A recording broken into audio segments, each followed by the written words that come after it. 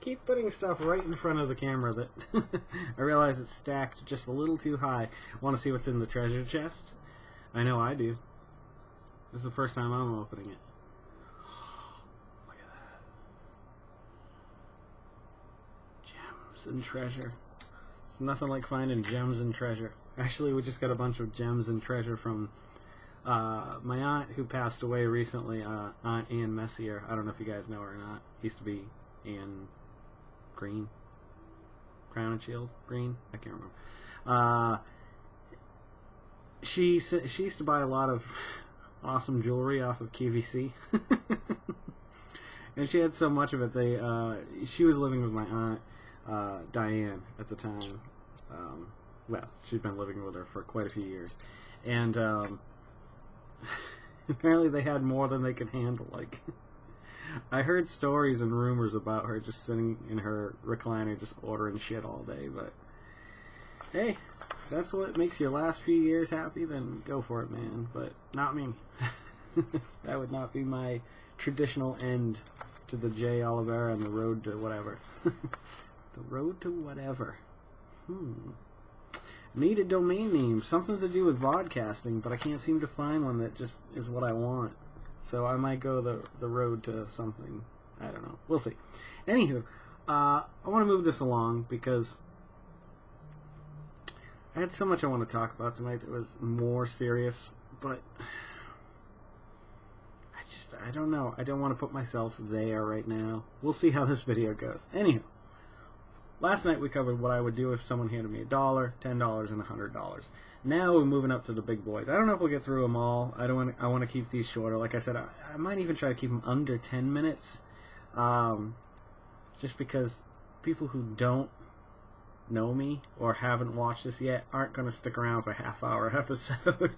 Or they're going to see 30 minutes and just be turned off. Also, I've been adding a subscribe button. I think it's just easier than being so repetitive. Although I'll probably still do it for the next few episodes where I sign off and say, hey, ba ba ba ba ba ba ba ba. We went under the hose today outside. It was that nice. Nice breeze too, though, but it made it a little cold, so we had to go inside. But that was the first time we've done that. I got gas with a grill today. So excited about that. Carol's gonna do salmon on cedar planks. I'm not going to eat that because that's disgusting. It's too bad that I find... You know, the funny thing is this video is not getting to the $1,000 thing. We'll get to that in the next one. The funny thing is that I'm not grossed out by eating red meat. Any form, pretty much. I don't really eat hot dogs, but I do eat sausage from time to time. And I eat chicken. And the production of that meat is so vile and disgusting in most cases that, like...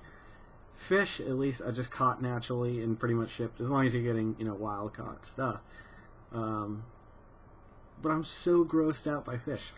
I can't eat fish. I've tried a lot of fish. It doesn't matter about the taste. The smell is enough, and just the texture is enough that my mouth doesn't like that. And neither does my subconscious. Like, it does things to me that I'm like, I feel gross when I eat fish. Like, the idea of eating tuna, it just disgusts me. I'm sorry. That's who I am, man. I'm trying to be conservative. This is the last 3 nights of drinks that I didn't drink. I just dumped them all. I continuously overlapped them into another cup. It's alright so far. It's leaving some film on the side of the cup, but I can get past that. It's not too bad. It's not thick. I am a classy, classy drinker. What were we just talking about? I know I got off the subject. QVC jewelry, my aunt. Alright. I'll cover the first few now, and then we'll move on to the next video. Like I said, I do have some serious stuff I do want to kind of talk about, but I don't want to put myself in a bad mood yet. Or at all, really. So we may or may not get there. Anywho. $1,000. Someone hands me $1,000. Hands you $1,000. What do? Well, what I did here is, for the 1, the 10s, and the 100s, I just, whatever came into my head, I said it. For these on up, I did the practical and then the non-practical way of spending the money. Like, kind of like, well, Here's $1,000. Right now, I've got a lot of bills that are due. I would definitely catch up on all my bills that I didn't know any of my utilities. Get that the hell out of the way so I don't have to think about it. Or we need a new door desperately. There's a crack that runs down it. We were thinking about painting it and just resealing it, but I can feel cold air coming in through the middle of the door. So, you know, the barrier around the door works really nice. It's just middle of the door. And we got to find ways to try to seal this place up like a, I don't know, Fort Knox.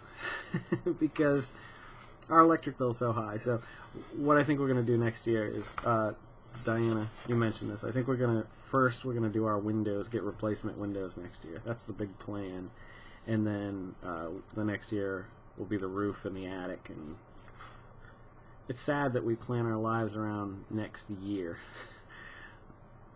Unless some door opens up, which would be nice. But okay, so either that or I fix my car. Now, I thought this would be kind of funny to talk about for a few minutes. Alright, I have a 2004 Hyundai Santa Fe. No, 2001. Yeah, because I bought it when we first moved here and it was only a few years old, and that's the first time in my life I'd had a car that new. Or it was the newest car I've ever owned, even though, you know, something like my Jetta was nice, it was in good shape and stuff. But, right now, things that need to be fixed on my car. There's no blower, so that the AC doesn't work, but the defrost doesn't work, and the heat doesn't work. So in the winter, no matter how cold it gets, I have to drive with my windows down because they'll fog up if I don't. In the summer, it's not so bad. I can keep the windows down, but when it gets really hot, it's like, you gotta be kidding me. I have a coolant leak somewhere. I have to keep adding coolant like once every 3 days to my car. It's got to be a relatively slow leak, but that's important. Although, you know what's funny is the needle never goes up in my car, like the heat, the temperature. It's a little bullshit. The right window is off its track, so as long as it's up, you're fine. If you put it down, you have to hold the back end of the window down so it doesn't break. What else we got? Oh, a transmission. Yeah, that's the big one. I don't know if it's transmission or not, but it bucks like a transmission's going, but just not that extreme. It's not super bad. It's still under control, where like when I feel it's starting to rev, I just let off the gas a little bit and it usually catches up. What else? Oh yeah, the emergency brake alarm is on, so I have to listen to music really loud, or NPR or news or whatever, because is constant whenever I drive. That's been about a year. I'm about ready to lose it. You wonder why I drink every night? You want to know why? That little red flashing light. My God.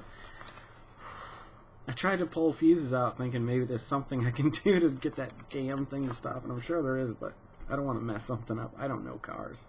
Cars are stupid. And then the impractical. I think what I'm realizing is my right monitor over here, my 24-inch. The old 24-incher. I've had this a long time. It was reliable, really good. I mean, I've got an LED smaller screen here that I got for like $10 at Goodwill, or 15. I would replace both of these with identical, or actually I would consider getting 2 new video cards running them SLI, and then doing 2 to 4 monitors. 4 monitors would be ideal. I could do Photoshop, I could do Premiere, I could do recording, I could do internet. You know, it'd be phenomenal.